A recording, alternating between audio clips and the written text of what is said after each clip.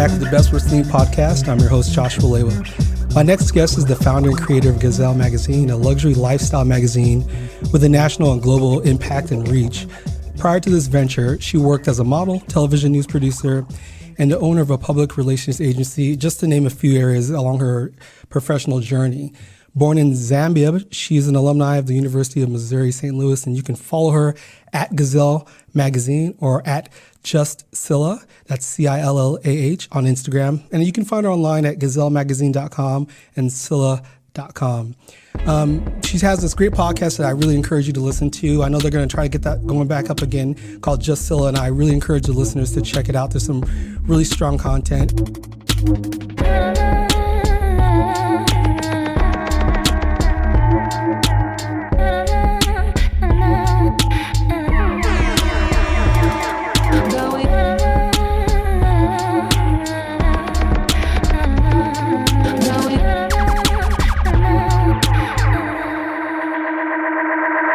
Welcome, Cilla. Thank you for having me. I'm so delighted. This is amazing. I'm so thrilled to be able to chat with you. Well, I appreciate it. You know, I had a chance to listen to your podcast, and it really lined up a lot with kind of what I was doing, especially the last episode that you were able to produce in January. But then I went back in the banks as we were discussing before we started recording, and just super excited about the work that you're doing. But I'm really kind of curious if we can just start off by telling me a little bit about and the listeners, of course, a little bit about your work with Gazelle and entrepreneurship. Tell me a little bit more about that role. Okay, so I am the founder and publisher of Gazelle Media. We have Gazelle Magazine and we have STL County News. We recently started doing podcasts because we wanted to connect more with our audience. So everybody gets to see what we write and be able to connect with us in words on paper.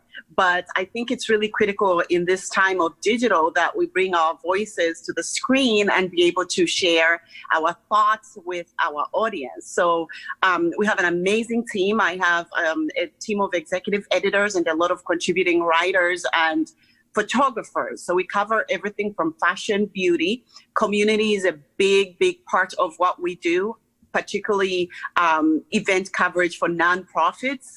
Everybody loves to see themselves. So those social pages are a great income generator for us.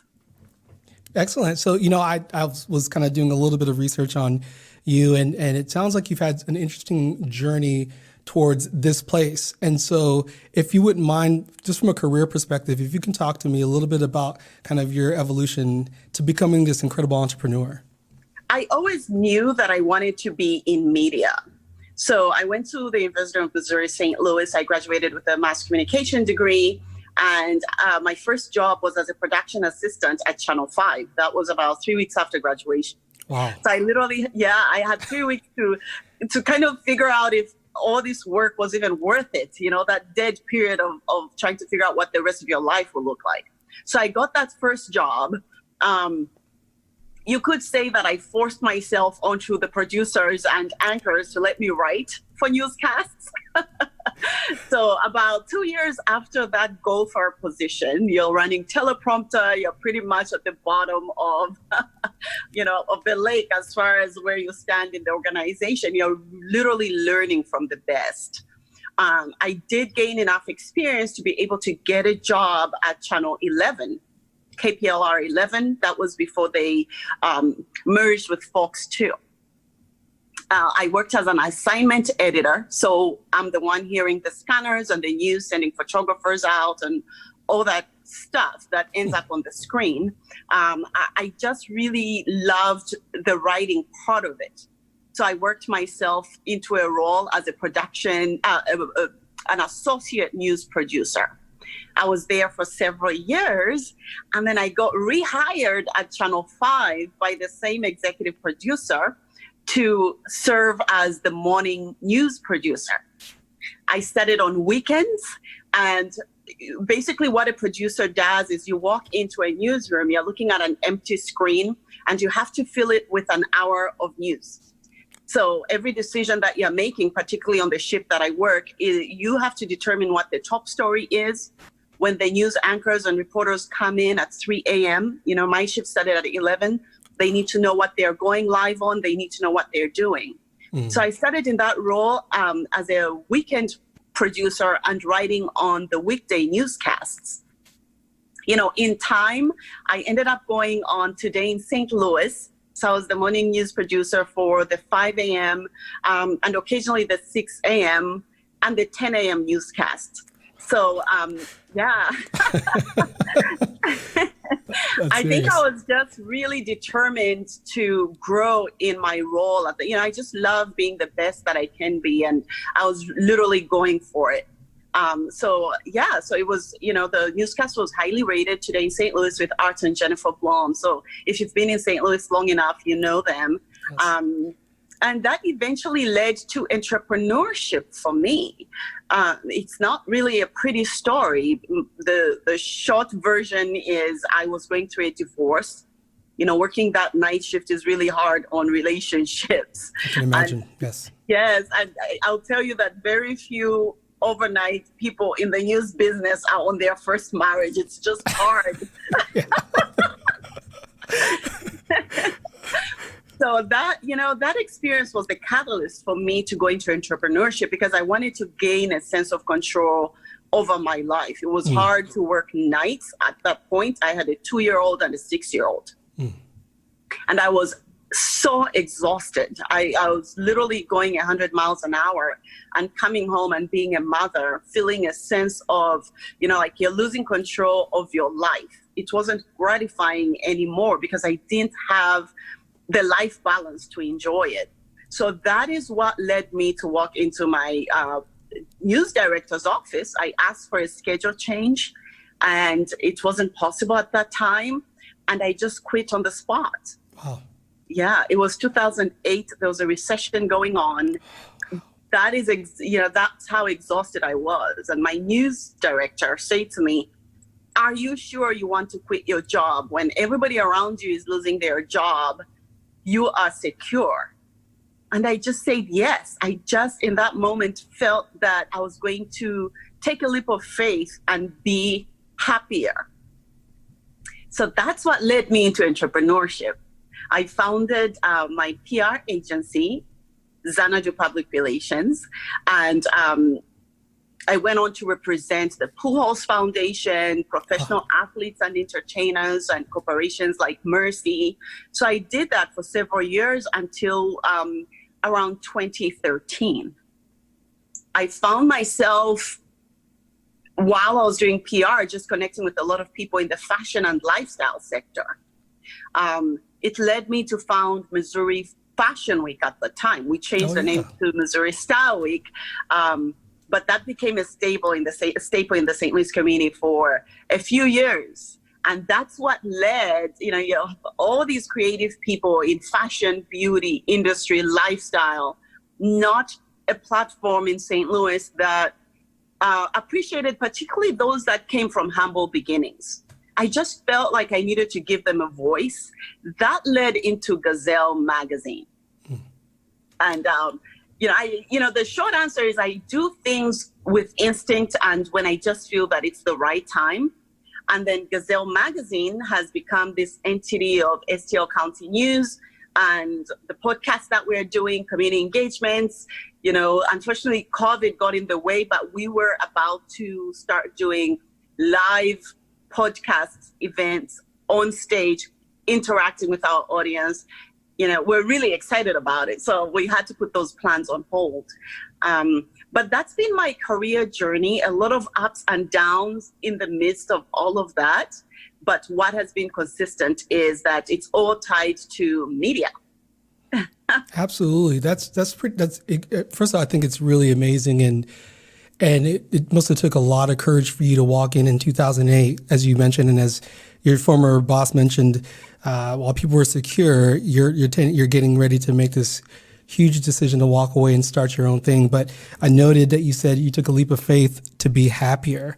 And so if you can talk a little bit more about the importance of happiness and career, how did you find a way to merge the two and find this courage to walk away? I just felt at the time, just feeling like you don't have any control over your life, and also knowing your own potential and understanding very early on that to be able to do the things that I knew I was capable of, I couldn't be in an organization, at that particular time that was just a little slower, So, just to put into perspective, I worked on the back ends of the news business. So you see all the news anchors and people of color on the front end, 2 or 3 of them at any station, even now. And on the back end, in an organization that has 150, people, you are one of maybe 3 other people of color. So the fight was just too hard for me to feel like I was going to be seen in the light that I knew would maximize my potential and my possibilities. Coupled, it was just the perfect storm. Coupled with what was going on at home and just the sense of fatigue, you can't enjoy anything you're creating if you've lost the passion for it. Yes. So when I was coming out of college, that was my dream. That's, when I was in college, that's what I really wanted to do. I had to just have an honest conversation with myself and realize that it actually was not what I wanted to do for the rest of my life. It was the right thing for that time, because everything that I learned in that process became critical with me running a media entity. So there was so much value in the experience of working in organizations that I wouldn't have gotten had I gone straight into entrepreneurship. Absolutely. It's interesting, the right thing for that time, but not the right thing forever. I think about this moment I remember before a divorce I went through and waking up and realizing that we weren't the right people for each other. She was a wonderful person, talented, and really does a lot to help other people. But as far as a partnership, I remember waking up in the morning and thinking, is this what it's going to be the rest of my life? And that's a very claustrophobic, trapping feeling for both of us. And I can imagine career-wise, there's probably some parallels of I'm doing this thing and do I have to do this forever? That must have been... That's absolutely right. Yes. And I can relate as well. You're looking at your partner that you've been with since, I got married very young. I was 19. You barely know each other. You barely know who you are as a person, as an individual. And by the time you get to 25, 27, you have evolved so much as a human being. Yes. Yeah. Yeah. And you're looking at your partner going, I just know that we are just not in alignment as far as the fundamental things that can keep this marriage healthy and happy. Yes. I've always been a person who didn't really care how I was perceived. I cared just enough, but not so much that I'm not willing to walk away from things when they're not working. There's a lot of judgment when you live the dream job or the relationship. Just so many people are vested in it. And, just being at a place to walk away when it's not working is just so, it was the change maker in my life. I could do what I wanted. Yes. That's fantastic. So let me just give you another observation too, just based on some of the stuff that you shared so far. One thing I noted earlier is when you talked about kind of forcing your way to be able to, with the higher ups in your news career, to be able to do production and writing. And then this other piece here that I'm not really being over-concerned, aware, but not necessarily over-concerned about how you're perceived. And I'm certain that this comes from somewhere in your life, because those are 2 powerful traits that I want to steal from you and try to incorporate into my own life. So let's talk about your background a little bit. So tell us, where were you born? Kind of what was your upbringing, and what was your life like as you transitioned to St. Louis? I was born in Zambia, Africa. It is the home of the mighty Victoria Falls, one of the 8 natural wonders of the world. Yes. It's just so magnificent. So I love pointing that out. I lived in Zambia until about the age of 13, and then my family transferred to India. My father was an executive in Zambia Airways, and he was managing the Southeast Asia region. So we lived in India. I was lucky enough to go to boarding schools in other countries. I went to boarding school in England, and then I went to boarding school in Kenya. for my last year. So these were both British schools. And I just learned a lot.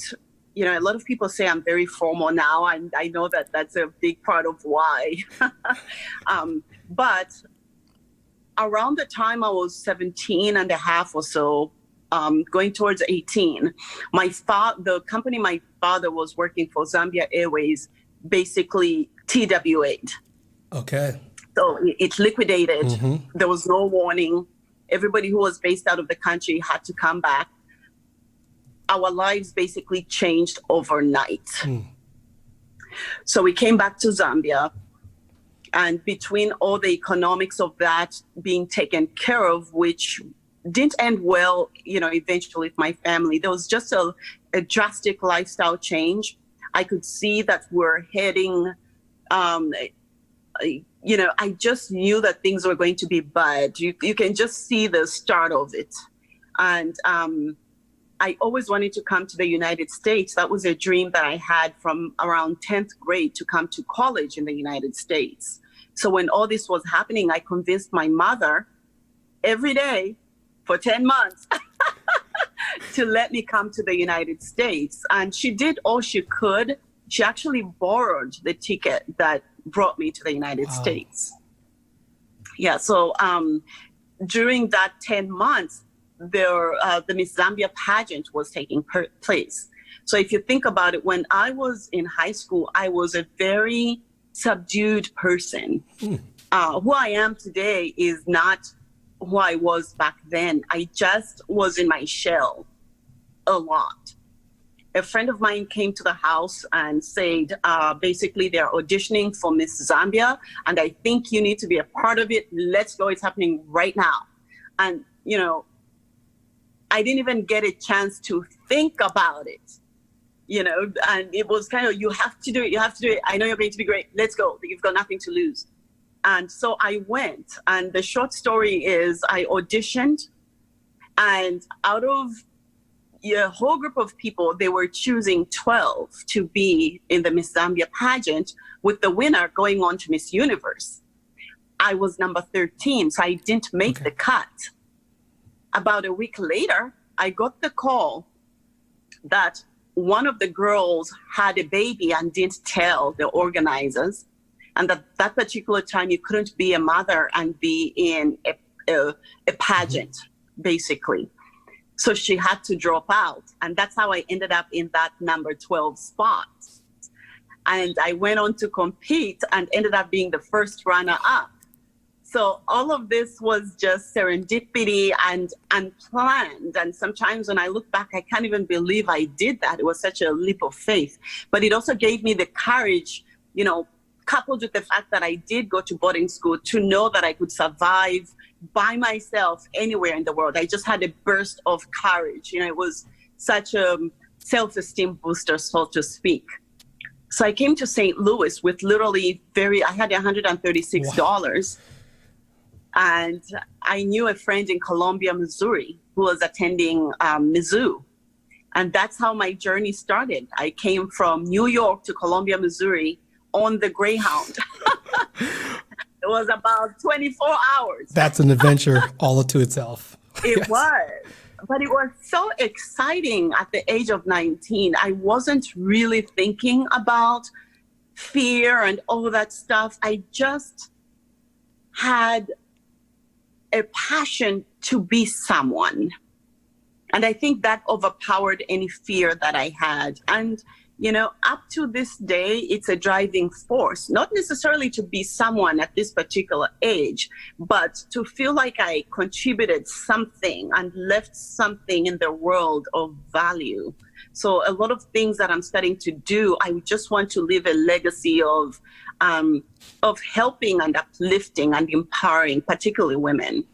Absolutely. So it's interesting that transition from this more subdued high school student being pushed on stage in this pageant area where all the lights, all the attention are on you. The serendipitous moment where somebody's withholding of information push you from number 12 to number 2 to first runner up. And the growth that happened through all those interesting experiences, including, again, building this courage from all these, both from the pageant experience, the boarding school experience, and all of that together. I'm also curious about something else. This last part you talked about, you said that initially you had a passion to be someone, which I think I can resonate with. And a lot of people, as we come into this world, we are very focused on ourselves and wanting to be somebody. We have these fantasies of being either famous or successful or whatever else.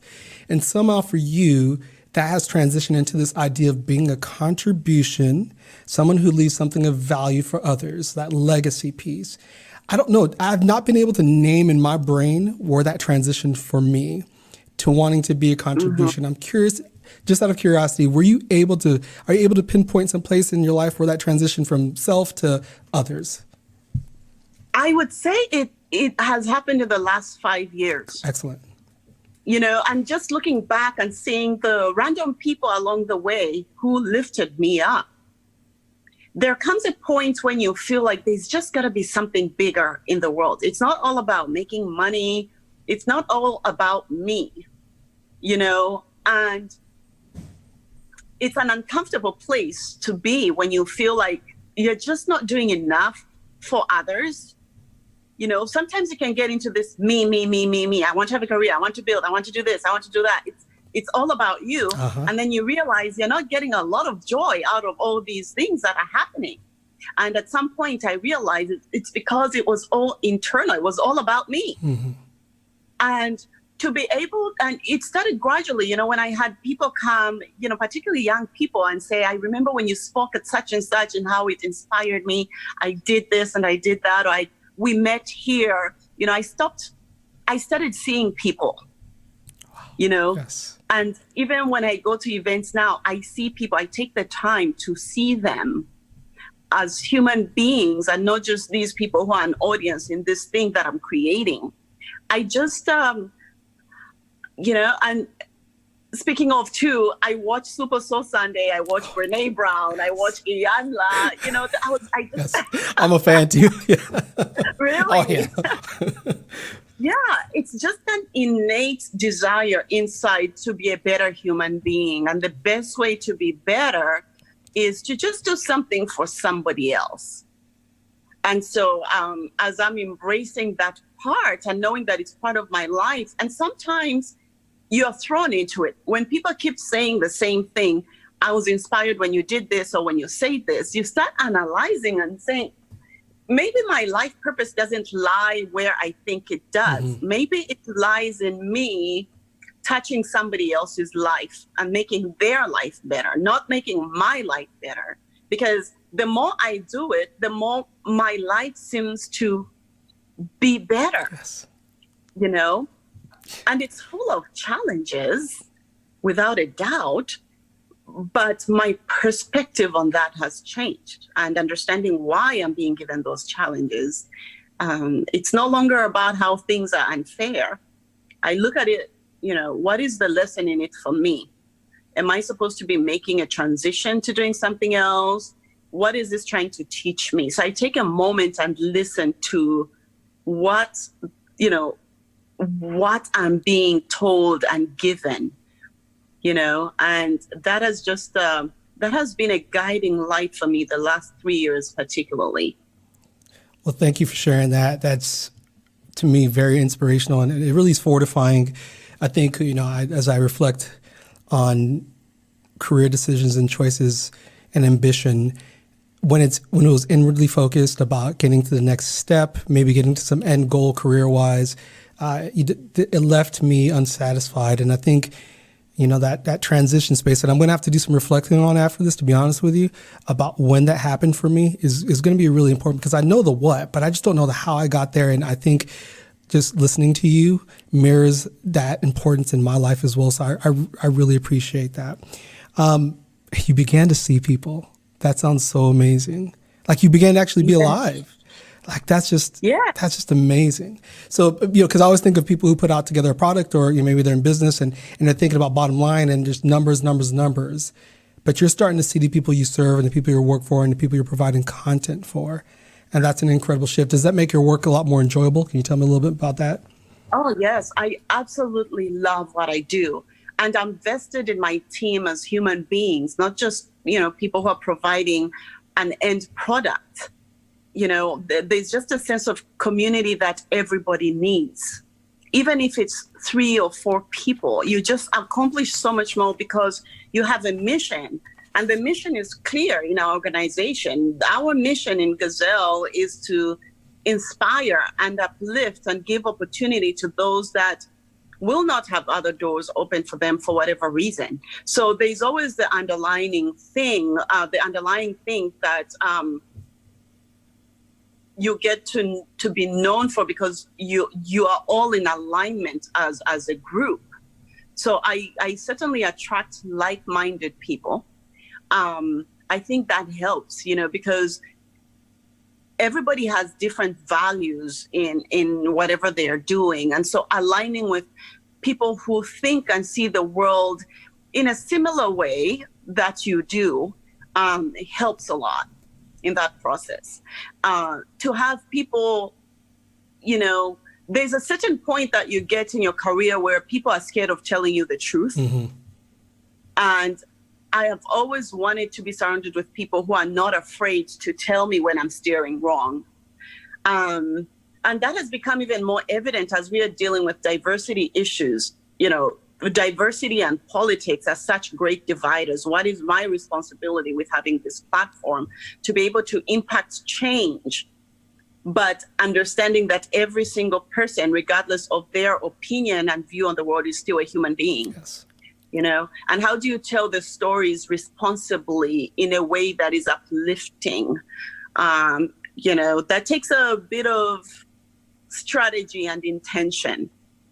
What is your intention for doing it? So that's something I think about when we are covering controversial things. If I just remember that everything that I want to do, I wanted to lift somebody up, then I'm very careful in how I say things, because you realize that people are actually listening. So how am I going to communicate? Because people are listening to me, which means whatever I'm saying has the potential to influence what that person does when interacting with somebody else. So I like fostering a world of understanding. Absolutely. It's not easy. No, I can't imagine in your field it would be easy. And, I think about your mission and value around lifting people up and lifting others up, and that being kind of a central tenet, really guiding the principles of how you work, what you cover in your media outlets. Also, you could do the cash grab, like you could do sensationalized media, where you can push narratives that are more controversial, difficult, and not necessarily all of them can be difficult, but more controversial and are more about trying to pull people's emotions and pull people to split one way versus another in their thinking. But it sounds like you're really centered around this idea of that I want to explore a little bit more with you. It's this idea of that I struggle with, because I work with a lot of students who are going to go into the nonprofit sector. Some might do some social entrepreneurship. Some might get MBAs and do some business work and do some social responsibility work. But this idea of balancing profit versus mission, right? And so you have you're a business, you're an entrepreneur person. So I think there's this idea about business is and entrepreneurship is the most important thing is the bottom line, making money, right? Being profitable. And you're seeming to try to strike this balance between being also people-centered, whether it's with your staffing and your team, or whether it's the content that you put out there in all your platforms. And so I'm kind of curious about you, if you've come up with some sort of a philosophy for balancing, having to meet that bottom line, having to make money and be profitable, but taking care of that mission, that mission-centeredness. And, being profitable, particularly in my business, can be a huge challenge. I mean, the world is changing so much. And, when we do talk about challenges, I'll share a little more about that. Yes. But I'll tell you that there are different things that drive people in life. And for me, money is not the driving force.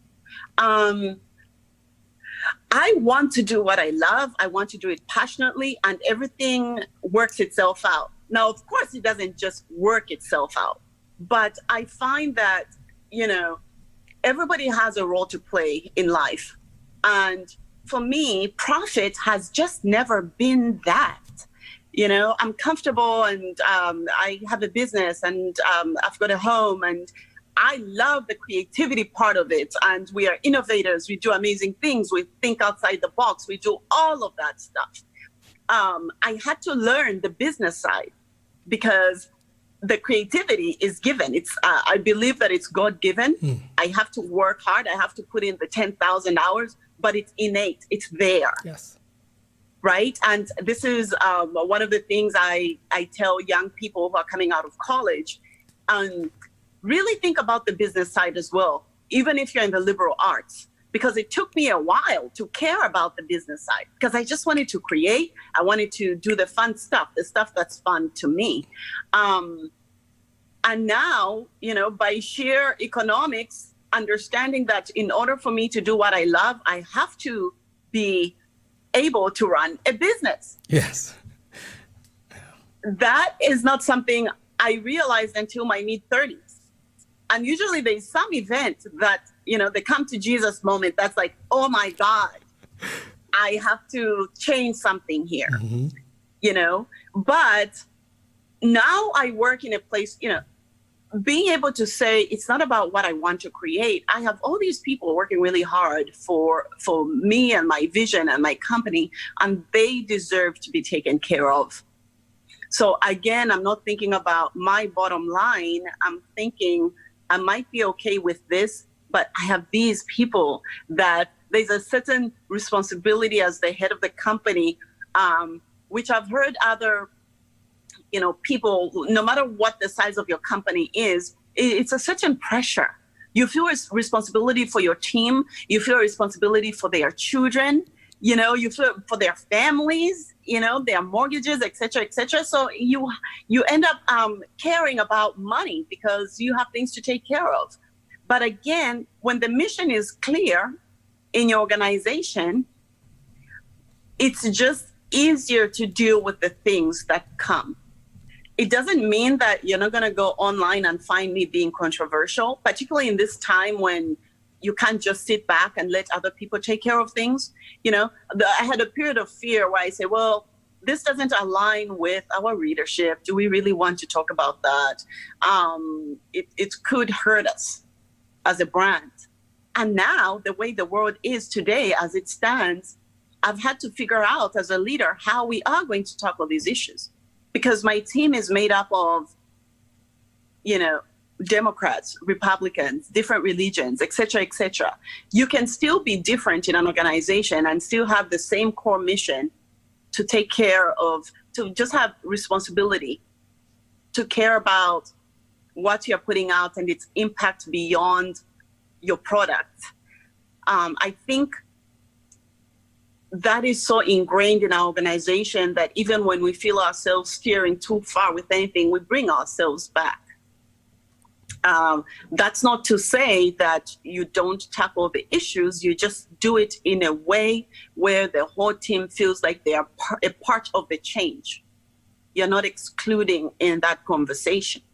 And there's a level of honesty you have to have, and being able to say as a leader, I need your feedback about this.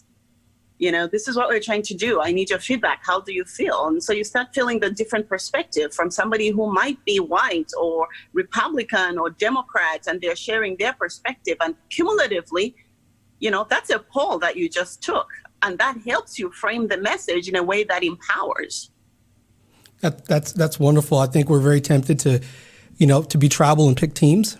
And that's what really gets in the way of a lot of what we're trying to do here. And I think a lot of people are getting disappointed and having some unmet expectations happen when, we're so entrenched in one way of thinking, and being able to open and bring different voices to the table, again, focused in on the mission, the clear guiding principles of your mission is super important. I also love the idea of that you continue to do what you love and that what you're passionate about, which is really important, of that intention setting around that mission and pulling yourself, or at least aiming in that direction. That's been made very clear for your team.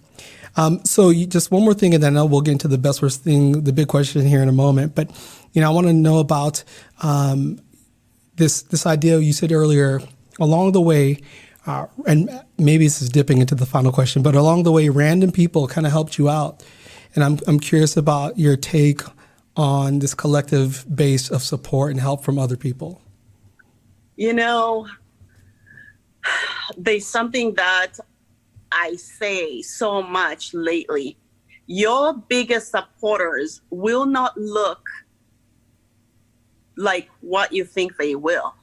You don't know how many advocates you have around you if you just open up yourself to receive, and so, from people investing in my business or giving me the biggest advertising contract or major sponsorship, none of it came from the base that I thought it would, so just having that openness, sometimes you're so clear, even as an organization, we're going for these people because they align with our mission. We're going, I've learned over time that what drives people is something different, and I noticed that the people that are investing in Gazelle on so many different levels, they're investing in the mission and the belief that that group of people can create what they say they will. Many times they're not investing to make a profit. Yes. You have the responsibility to show them that what they're investing in is profitable. But that initial investment or that initial conversation that leads you to a bigger stage, sometimes it comes from someone who was at an event that you were at and you didn't even notice that they saw what you were doing. And even me just being on your podcast, I haven't talked to Ryan in several years, but how profound that he remembered what I'm doing and the impact it's having. So just being open to those people and opportunities is one of the reasons I started seeing people for who they are. That person looks really white, conservative, and probably has no interest in whatever I'm doing. And that person approaches me and has a human conversation with me and says, you know what, I have this major thing going on and I would like to invest $20,000, et cetera, et cetera. And you're just like, wow, I wasn't expecting that. So judging people by the way they look, if I had done that in my life, I wouldn't have been where I am today. And those moments happen. I'm on the board of the YWCA. Mm-hmm. Well, that happened because I spoke at an event and Adrienne Bracy, the executive director, was there and she liked the message and it was in alignment with the YWCA. So I ended up on the board. Just all these clusters of experiences. I started doing podcasts and now speaking on a bigger platform because I got invited by STL TV to a networking event. And that led into me creating a video for social media just very casually. Well, that led into a speaking engagement and on these bigger platforms. So just being open to receive, not being afraid to veer from your original plan. I think we tend to have razor vision in how we want things to go, that the destination and the direction we are supposed to take, you don't see it. Something's not working. This particular business is not working, but I have to make it work. I don't like failing. I have to make it work. Well, maybe you're being pushed somewhere else. You're so stuck on that, you're missing the opportunity. You're missing the message. And that's that really helped me in my career changes to be able to say, okay, this was here because I needed to be here. And now I'm going to take this opportunity. It doesn't matter that it doesn't look the way I thought I did. My journey is not supposed to be a straight line. So I have to allow things to come in and change me and impact my direction. Just being open to receiving. Well, there's no doubt that openness clearly has helped you find not the straight line, but the right line or the right turns and curves and things to bump up against and to grow from. And that's amazing. So we're going to take a little short break and then we'll get to the big question. All right. No sleep, only for the weary. Don't speak, let your dreams escape. Nothing that I can say or do can take away my pain for you. Taming the beast is not so easy now. All Scylla, again, thank you for being here. And as you know, this is the BestWorst11 podcast. And folks who've listened to several episodes know this is the time where we ask our guests to share a challenge or a trial, personally or professionally, that they had to overcome. So it's the what happened. It's the kind of story, the how you worked through it. And what are some takeaway lessons that you would love to pass on to listeners? So, Scylla Hall, what is your best worst thing? My best thing, obviously, was quitting my job. Being able to leave behind that regular check that I expected every 2 weeks, the stability of it. In the fear of it and just finding the courage to take a chance and to go for it with the outcome, not anticipating, not knowing what's going to happen, I was able to build my entrepreneurship business. So quitting that security, being able to take a risk, even at the worst possible moment, has become the greatest gift in my life. Because I can honestly tell you that I am a happy person. I love my career. I love what I do. It was hard and complicated, but it was the best choice for me. I recognize that I'm not one to be able to work for people. I like to direct my own future.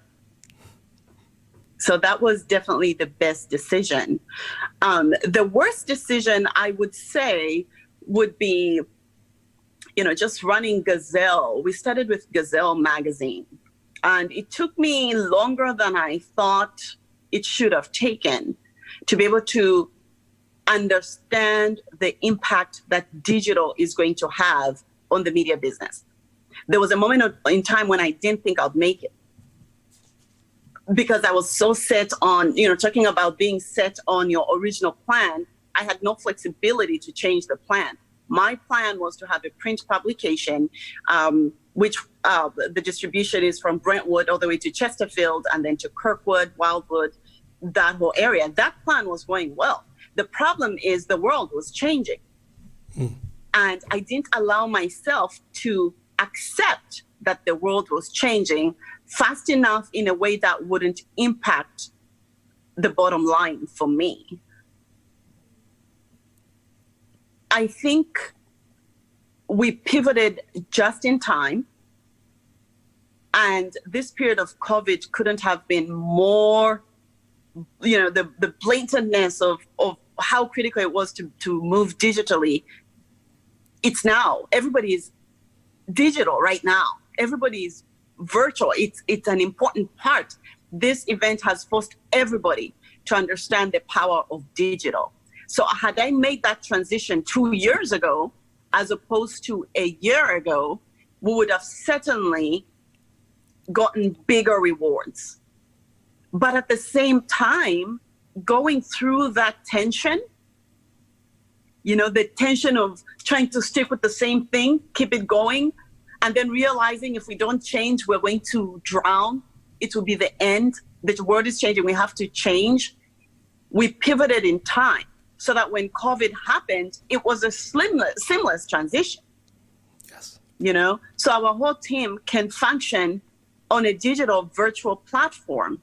And not many businesses can say that. Not many media businesses can say that. So I appreciate the foresight to have done it, but I certainly wish I had done it earlier. And if there's something I would tell anybody right now is you cannot be one-dimensional with your business. Things happen unexpectedly. You had talked about this idea of being open and this openness. And it sounds like early on, especially in your media ventures, the idea of going fully digital, maybe it took you a little bit more time to be nimble and to think about going in that direction, but you did it, right? At some point you came around, and what made you come around to the digital approach? It wasn't something I could stop. Whether I liked it or not, it was happening.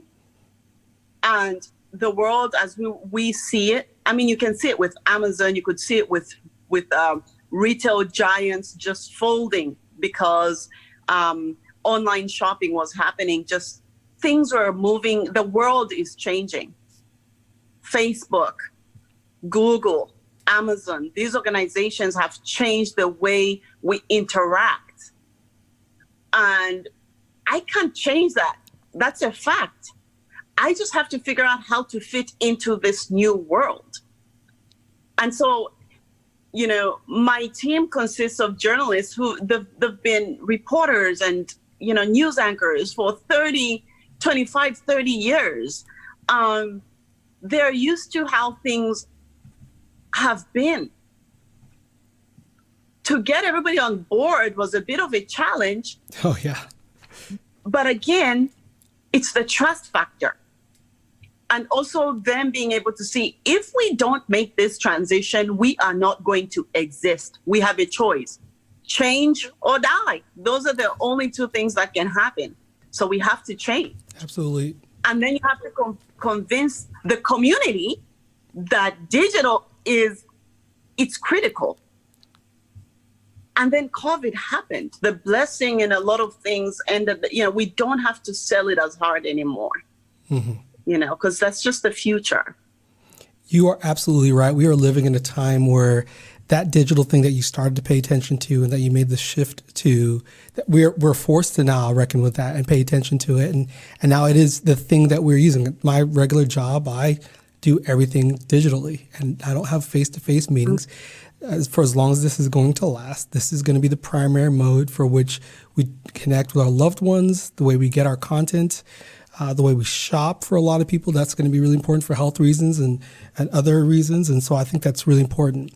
And that tension that pulls you from where you were to where you're going to be is a critical piece, right? If you feel like there's something that's not quite settled anymore, while you've settled in and you're doing fine, something is stretching you a little bit more. And does that line up with what you were thinking as well? Absolutely. Absolutely. You just know, it's just a feeling. And the other thing too is you're looking at major entities in your field, like Condé Nast, Hearst, that are either folding or changing the way they are doing business. You're in the same business. What makes you think you're immune? Yeah. Yes. So the trends are happening. You just have to decide when you're going to jump on or stay at the station. Yes. And watch live and other things happen because you couldn't adapt. Like you had to adapt. So we were forced to adapt. Did you want to do it? No, it was really comfortable. We had a system. It worked really well and people loved the product. It was great. We didn't want to change anything. But the train was leaving the station and we could see ourselves being left behind if we didn't transition. I think the lucky part for us was in the local market, the change was slow as well. And you have a global vision. And, if you're from LA or New York or Miami or even Chicago, you can tell that St. Louis is 2 years behind when it comes to anything. Mm. So when you're dealing with those markets or, we deal with a lot of PR people in those markets that are sending us stuff, the feel is just a little different. Mm-hmm. You feel like you're really behind. But to convince your community, the people around you that you're behind, it's a beast. They don't see it. Oh, no, they don't. And so then you're sitting back. I just did a Facebook Live and I said, I have been telling you about this for the last year and a half. When you're changing strategy as an organization and people are not used to it, they start feeling, okay, what's going on here? Is there more to what's happening? No, the world is changing. I am literally telling you that the world is changing and we can change it together. Or 2 years from now, everybody will just be in dire straits. Yes. Because you are not prepared. But change is hard. Yeah, but you and I appreciate again you taking the risk and being willing to share kind of both the best and worst part of it. One of the things I think that really stands out to me is this idea of change or die, and it's a truth. I mean, I had a student once come to me at a leadership institute. I work with this group called Leadership, and he said, working hard is really important, but when can you rest? Like, when do you just Is it going to be like that the rest of your life? And I was like, yeah, it's like it's like going to the gym and you expect that you're going to do the same thing over and over again and continue to get the good results. Your body gets used to it, things shift, and then you have to make adjustments. You have to, maybe start doing a little more cardio, maybe more weights, or even just the idea of like taking time off. Like, oh, I just go to the gym for 3 months and then I'm not going to work out. I'm supposed to be good for summer. And it's like, that's not, your body will tell you something totally different. That's not how it works. But this other idea and this principle of leadership too, that I keep hearing time and time again, and I think you're really illustrating this really well, Scylla, is this idea of you're a leader, right? You're an entrepreneur and you're a leader, and you're telling your people, hey, we need to change. And that makes people uncomfortable, right? And so you have to make some tough choices. Like, well, we all have to change. I'm seeing this thing coming. It still aligns with our mission. I need you to come with me, or I need people who are willing to go in that direction, because we have to change in order to survive. I think that's really, really a really important insight. Absolutely, absolutely. And I realized as we were going through our changes that the resistance was mostly because people didn't know where they would fit in this new vision. Yes. Fear. They are very clear about what they do. They know how to do it. And, if I'm talking to somebody who's a print reporter and I start talking digital, this person has been doing print reporting for years, there's a sense that they'll be left behind.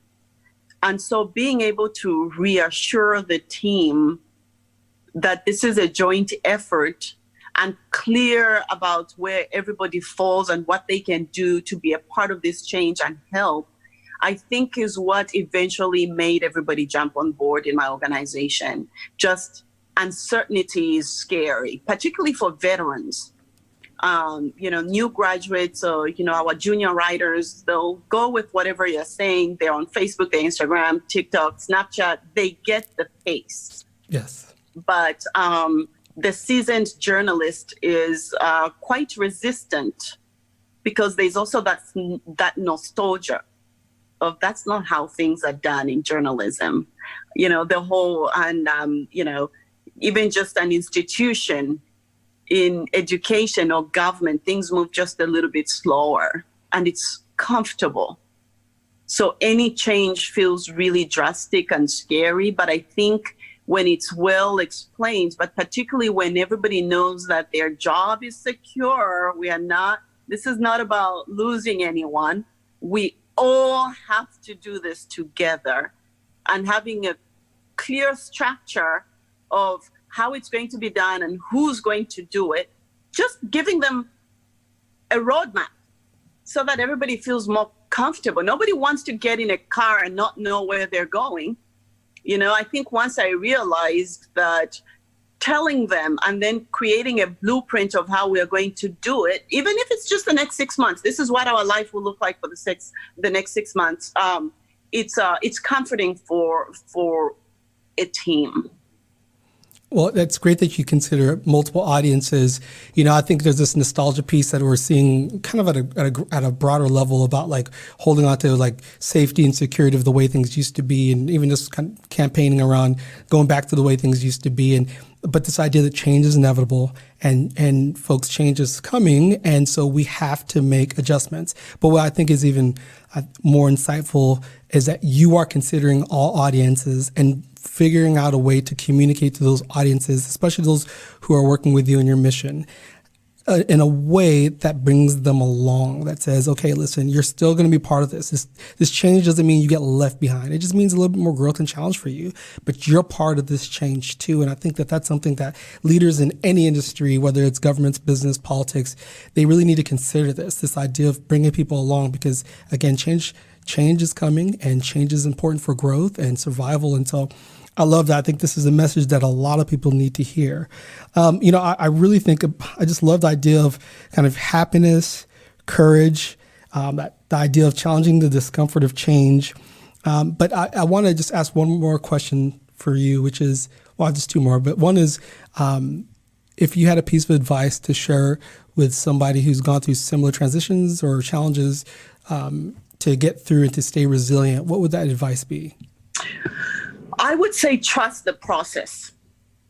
I can look back at a lot of major events that have happened in my life, from just my father being, losing his job and it changing our whole life, to just me getting a job in a business that I thought I wanted to be in a newsroom, to starting a PR agency. All of this stuff was incredibly hard, but you just have to trust the process. I can't tell you that there's a part of what I've done, triumphs and failures, because failing is a big part of succeeding. The difference between succeeding and failing, in my opinion, is not giving up. Everybody has challenges. Not giving up and adjusting. Trust the process, learn from the lessons. And in the end, I believe everything works out the way it's supposed to. If you're giving it all, you're doing everything that you're supposed to, and even more, and for whatever reason you are facing resistance, it might be just time for you to change something, including your career. That's great. Listeners, trust the process, learn from the lessons. This idea that failure is an opportunity for you to make some adjustments and to just not give up. And I think that that's a very powerful and inspiring message from you, Scylla. So I appreciate you coming on. If you can tell us what's the best way for people to get a hold of you, where can they follow you? The best way to get a hold of me is to visit my website, Scylla.com, CILLAH.com. It leads you to Gazelle Magazine. It leads you to STLCountyNews.com. I'm really excited to be doing speaking engagements on bigger national platforms. So please come to Scylla.com and join the journey of being a gazelle in our midst. That's fantastic. Well, thank you for listening, folks, and thank you, Scylla, for joining us on The Best Worst Thing. My pleasure. Thank you for listening to the Best Worst Thing podcast. I'm your host, Joshua Lewa. Music is produced by DJ Josh1. You can follow him at Boom Note on Instagram and Twitter, and Josh1 on Spotify. The Best Worst Thing podcast is edited by Cool Jets Audio and Visual. You can find them at Cool Jets AV on Instagram. Our marketing is designed by Francesca Daniels. You can find her at FrankandKitty24 on Instagram. And our overall design is by Inspired Design with Ryan Daniels. You can find them at getinspired.design on Instagram. Please download us from iTunes, Spotify, or your favorite platform. And remember to share us with your friends, especially those people you think really need us in their life. Don't forget to give us a 5-star review. Thank you for listening to The Best Worst Thing. The cool Cali kid from the boondocks. Bounce to your hood like Chaka with a crime on. Independent thing to play a beat, I get my rhyme on. So when I strut on a path to perfection, city to your borough, to your town, to your streets. Keep your party live, Josh One got beats out of nature. Grazer, Oakland, strays to Asia. It's like Frasier, force of Fantasia. Move through your suburb, hiking.